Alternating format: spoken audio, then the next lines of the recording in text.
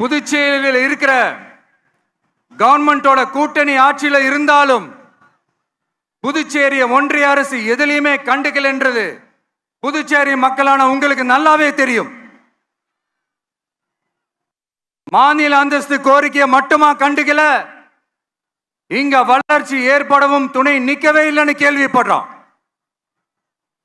இந்த புதுச்சேரிக்கு இன்னும் மாநில அந்தஸ்து கொடுக்கல.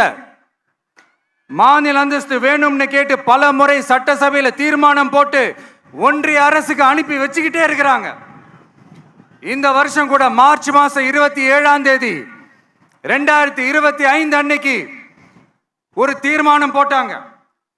அது மாநில அந்தஸ்து வேணும்னு கேட்டு ஒன்றிய அரசுக்கு அனுப்புற 16வது தீர்மானம்.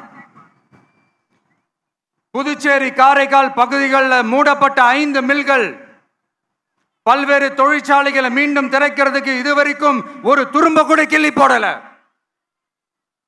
பல்லாயிரக்கணக்கான இளைஞர்களோட வேலை வாய்ப்புக்காக எதையுமே செய்யல. இங்க ஒரு ஐடி கம்பெனி உருவாகணும்ன்றது எண்ணமே இல்லை. அதை பத்தி யார் பேசினாலும் அது அவங்க காதல விழவே விழல. இங்க ஒரு அமைச்சரை ஊழல் குற்றச்சாட்டுல பதவி விட்டு நீக்கப்பட்டு அந்த இடத்துக்கு இன்னொருத்தரை நியமிச்சு 200 நாள் ஆச்சு. இன்னும் அவருக்கு ஒரு இலாக்காவே தரல. இந்த செயல் சிறுபான்மை மக்களை அவமானப்படுத்துறதுன்னு அந்த மக்களே சொல்றாங்க. புதுச்சேரியோட முக்கிய அங்கமாக இருக்கிற காரைக்கால், மாகே, ஏனாம் பகுதிகளில் எல்லாம் முன்னேற்றமே இல்லைன்னு அந்த பகுதி மக்கள் சொல்லிக்கிட்டே இருக்கிறாங்க. குறிப்பா காவிரியோட கடைமடை பகுதியான காரைக்காலை மொத்தமா கைவிட்ட மாதிரி தான் இருக்குது. இது எல்லாமே முன்னேற்றம் அடையணும். டூரிஸ்ட் பிளேஸ் ஆன புதுச்சேரியில போதுமான அளவு பார்க்கிங் வசதி இல்லை, போதுமான அளவு கழிப்பறை வசதி இல்லை. இதெல்லாமே மேம்படுத்தணும். புதுச்சேரி கடலூர் மார்க்கமான ரயில் திட்டம் வேணும்ங்கிறது நீண்ட கால கோரிக்கை. புதுச்சேரி மக்களுக்கு ஒன்னே ஒண்ணுதான் சொல்லணும், இந்த திமுகவை நம்பாதீங்க. அவங்களுக்கு உங்களை நம்ப வச்சு ஏமாத்துறது தான் அவங்க வேலையே. நான் சொன்ன பல கோரிக்கைகளை எல்லாம் தீர்த்து வைக்கிறதுக்கு நம்ம புதுச்சேரி கவர்மெண்ட்டுக்கும் அதோட மக்கள் திட்டங்களுக்கும் ரொம்ப அக்கறையா உண்மையா துணை நிற்கிறோம். தமிழ்நாட்டை ஒதுக்குற மாதிரி புதுச்சேரியும் ஒதுக்க கூடாதுன்னு நாங்க கேட்டுக்கிறோம். கிட்டத்தட்ட 20 லட்சம் பேர் வாழ்ற யூனியன் பிரதேசமான புதுச்சேரி மத்திய நிதி குழுவில் இடம்பெறவில்லை. அதனால் மாநிலங்களுக்கான நிதி பகிர்தல் அடிப்படையிலும் யூனியன் பிரதேசங்களுக்கான நிதி பகிர்தல் அடிப்படையிலும் புதுச்சேரிக்கு நிதி ஒதுக்கப்படுவதில்லை.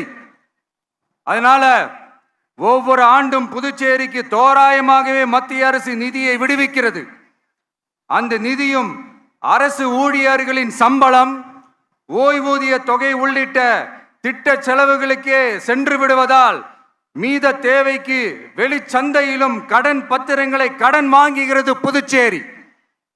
இந்த நிலைமை மாறணும்னா ஒரே வழி, மாநில அந்தஸ்து நம்ம புதுச்சேரி மக்களோட பல்லாண்டு கால கோரிக்கை. புதுச்சேரிக்கு போதுமான நிதி வரத்து இல்லாததுனால வெளியே கடன் வாங்க வேண்டியதா இருக்கு. புதுச்சேரியோட கடனை குறைச்சு தற்சார்பு பொருளாதாரத்தை வளர்த்தெடுக்க திட்டங்கள் வகுக்கப்பட வேண்டும். மாநில அந்தஸ்து வாங்கினா மட்டும் போதாது இல்லையா, தொழில் வளர்ச்சியும் தேவையாச்சே. புதுச்சேரி தென்னிந்தியாவின் முன்னணி இண்டஸ்ட்ரியல் ஹப்பாக மாற்ற எல்லா முயற்சிகளும் எடுக்க வேண்டும். இந்திய அளவில் ரேஷன் கடைகளே இல்லாத மாநிலம் புதுச்சேரி தான். ஏழை எளிய மக்களுக்கு வாழ்வாதாரமே ரேஷன் கடைகள் தான். மற்ற மாநிலங்கள்ல இருக்கிற மாதிரி இங்கேயும் அரிசி, சர்க்கரை, பருப்பு, கோதுமை, எண்ணெய்னு அனைத்து பொருட்களும் வழங்கும் முறை சீராக்கப்பட வேண்டும். கடைசியா மீன்பிடிக்க செல்லும் காரைக்கால் மீனவர்களை அடிக்கடி கைது செய்யும் இலங்கை கடற்படை அவர்களின் படகுகளையும் பறிமுதல் செய்து விடுகிறது. அதனால் நீண்ட போராட்டங்களுக்கு பிறகு அவர்கள் விடுவிக்கப்பட்டாலும் படகுகள் கிடைக்காததால் படு மோசமான நிலைக்கு தள்ளப்படுகின்றனர். இந்த நிலை மாற வேண்டும். நான் மறுபடியும் சொல்றேன், இந்த விஜய் புதுச்சேரி மக்களுக்காகவும் எப்பவும் துணை நிற்பான்.